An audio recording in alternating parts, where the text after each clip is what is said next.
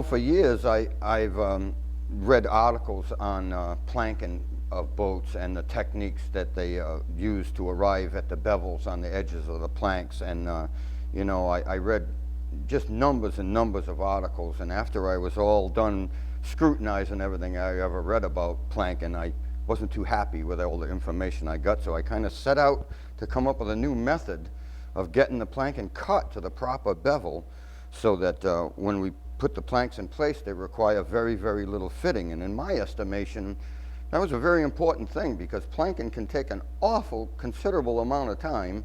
And I was looking for a method to cut that time down. And I was running back and forth from the shed that I was working into another shed and grabbing little bits and pieces of metal and putting it together. And basically what I've built here is the first progressive beveling skill saw. And I can saw along and change the bevel of the saw with this lever as I saw. So it saws progressive bevels. Now, it's designed to follow along a batten when you push it, and then as you push it, you can pull this lever down as you saw, and what happens is it changes bevel. And on the top right here in front of my face, I've got a little readout up here. So I can tell what bevel it's on. That's on 6.5 degrees, 7 degrees, right? And then as I back up, 5, 4, 3, 2, 1, 0. This particular saw has what they call a trunnion on it. And this trunnion guides the saw as it changes bevel. And there's no pivot point exactly above the deck, so that as it changes bevel, it does not change the distance between the blade and the edge of the table. So on any bevel, it's cut, and this particular saw cuts 1 5/16 inches away from the edge of the table on any bevel. So this is the mechanism that tilts the saw, as we saw along the line right here. This was made very quickly. This is a piece of door hinge, a strap door hinge for like a fence or something. And this is a piece of key stock from some old dragger and a couple of bolts. And this acts like a little linkage rod between the two, and you can see that it very simply pries the thing along in a nice neat progression.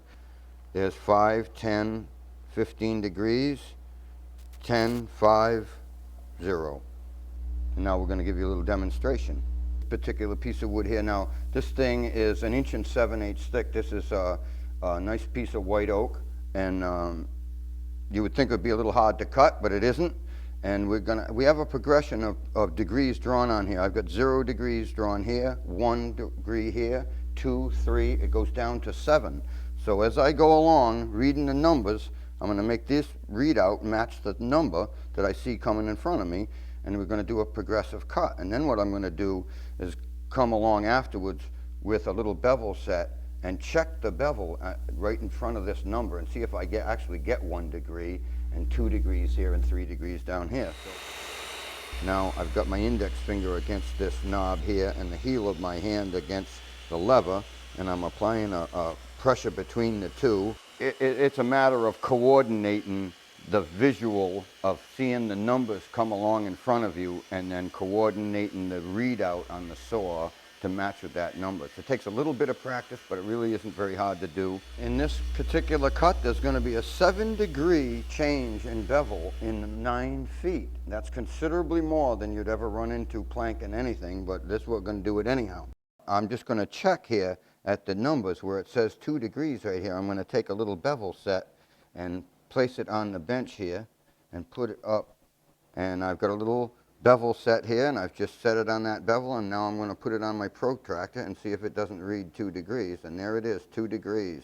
Here where it says 4 degrees, give her a little quick test right here with the bevel set, and there it's set at that angle, and I'm going to see whether or not that doesn't read exactly 4 degrees on the protractor. And there it is, 4 degrees. The cut is exactly the same distance from the batten that we followed all the way along. 4 degrees the same, and 5. So it's maintaining an exact distance from the batten that I followed to the cut line. This saw has been used since 1993. I first planked the Litchfield Lady with this saw, and I honestly saved them a massive amount of money, because every plank on 2 layers was cut with this saw, and they were put on the boat with absolutely no fitting and perfectly tight glue lines. I've been using this same exact saw ever since. I've got a number of other saws that operate very similar, but they've got different type of tilting arrangements and stuff. But this saw has been used many times. It's a tremendous money saver every time you pick it up and use it.